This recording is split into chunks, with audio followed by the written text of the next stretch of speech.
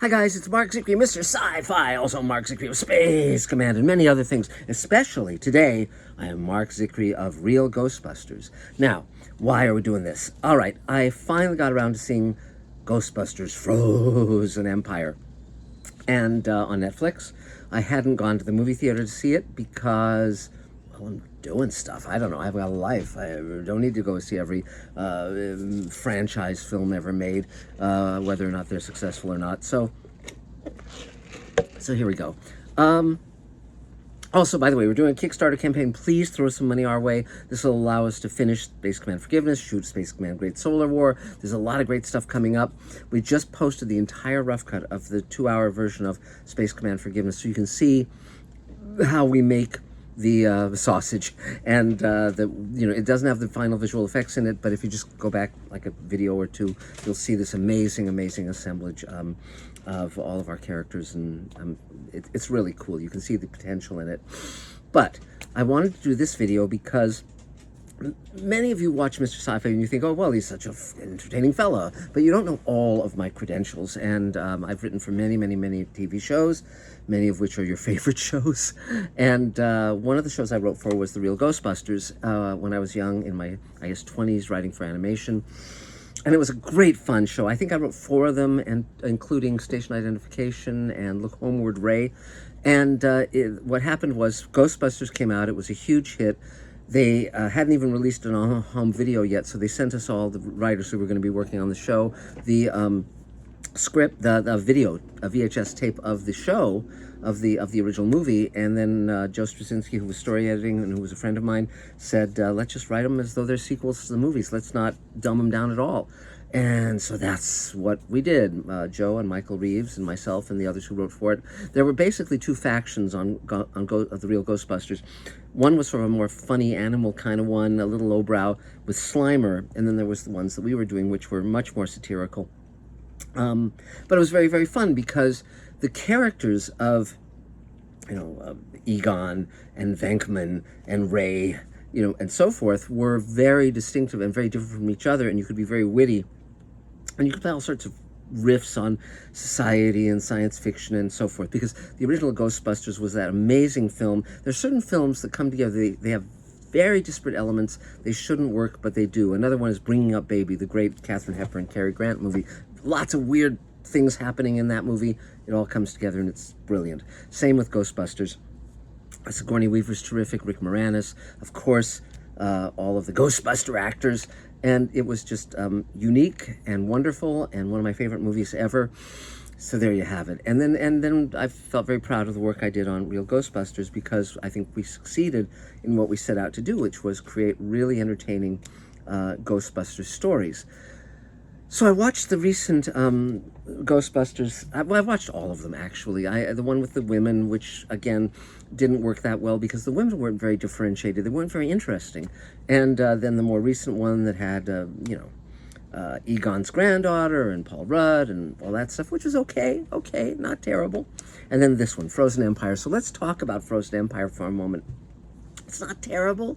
It's got the Ghostbuster car, and it's got Slimer, and it's sort of like playing the greatest hits and then trying to cobble together a new story. The best thing about this, as the best thing about the previous one was, is the actress who plays Phoebe, Egon's granddaughter. She's terrific. She's a wonderful actress. She brings a lot to the role, and she's the only character who's smart and bold and interesting and funny. She has the best jokes. And she's great, and I could just watch a movie about her.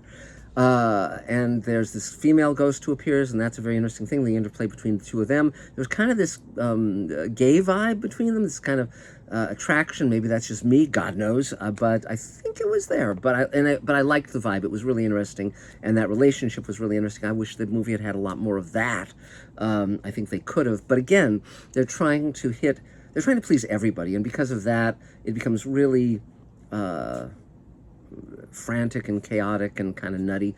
And the kid from Stranger Things basically does nothing. The problem is that other than Phoebe, all the other characters aren't differentiated enough. They're not interesting, they're not appealing, they're not fun. One of the things that was great about the original Ghostbusters was that you had Venkman, who was this con man, but also funny and wanted to be a Ghostbuster, and then you had Ray, who was really passionate about this stuff, and then you had Egon, who was like really brainy and odd, but they were all committed to what they were doing. They were all in it for the adventure, and just the give and take, the chemistry between them was great, and the characters were great. But in this one, there's too many Ghostbusters. There's so many Ghostbusters. There's Paul Rudd and his wife, who's the mother of Phoebe and the kid from Stranger Things. Then there's like Podcast, who's this Korean kid, and again, the actors are okay. They're fine. I don't have any axe to grind. But it's like, who are these people? Why do we care about them? What makes them interesting? Then there's a British guy who's a Ghostbuster. Then there's this a black girl who's a Ghostbuster, and again, amiable actors, no problem with the actors. But who are they? Why should we care? What makes them specific? That's the trick. When you're writing characters, you want to make them different from each other, but also interesting, likable. It's a skill that one develops writing a lot of characters that work. I grew up writing a lot of the most iconic characters on television in both animation and live action, and so you get an ear for how they talk and what makes them interesting. And if you can write a line, this is something I realized when I did the Star Trek episode with George Takei, where I was writing Kirk, Spock, McCoy, all that stuff, which I never thought I'd have a chance to do, which is all of the characters in the original Star Trek are unique. You cannot write a Scotty line for Sulu. You can't write a Spock line for McCoy. They all have their individual voice, and that's great for the writer, because then you're not just plugging in exposition. You're not just kind of having all these flat pieces of dialogue. And so the problem was with Ghostbusters Frozen Empire, it's like, okay, there's visual effects, and they're okay. Then they have the little marshmallow guys for no particular reason. A lot of it's just kind of like, okay, well, I guess we put these things in because they were successful originally. Proton packs and all that stuff. And then the villain is, because it's not played by an actor, it's just kind of like, almost like a puppet. And okay, so, and what's his objective exactly? Freezing everything, I guess. It's okay. And there's other ghost that goes from thing to thing to thing and takes over inanimate objects. It's like, okay, but it doesn't cohere. It doesn't come together. And when they have all the Ghostbusters, then they've got, Bill Murray and Dan Aykroyd, and they might as well have just printed the paycheck on their chest, like, big paycheck, here I am. Because they're not, first of all, they're not the main characters, and so that kind of leaches out a lot of energy from their performance. But more than that, with Bill Murray particularly, you feel like, okay, he's just there for the dough. I mean, it's not, you don't get a sense that he's loving it. And Dan Aykroyd, they're not giving him enough to do. He's not interesting. He used to be the weird one who knew a lot about weird stuff, and he'd kind of overstep and do something that would get out of hand. And he was charming and like a puppy, and that really worked. And then you have the character who's the Firebringer, and again, he's an adept comic, but the shtick they give him, the jokes they give him, they don't work. It's flat. And my boss and friend Richard Manning, who was an executive producer on Star Trek: Next Generation, used to describe something as a joke-like substance. And what that means is it's shaped like a joke, and it looks like a joke, but it's not funny. So it's sort of a placeholder for where a joke should be.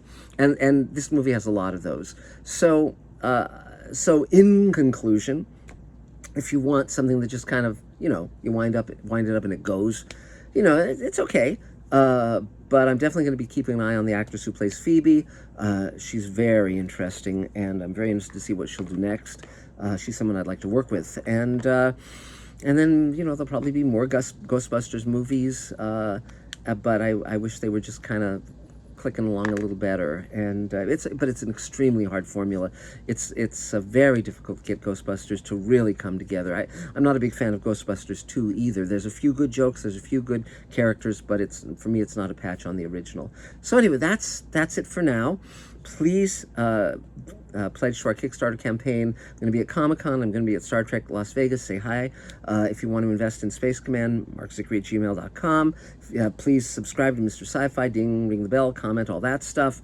And that's about it for now. But thanks for everything, and we'll talk again real soon. Bye, guys.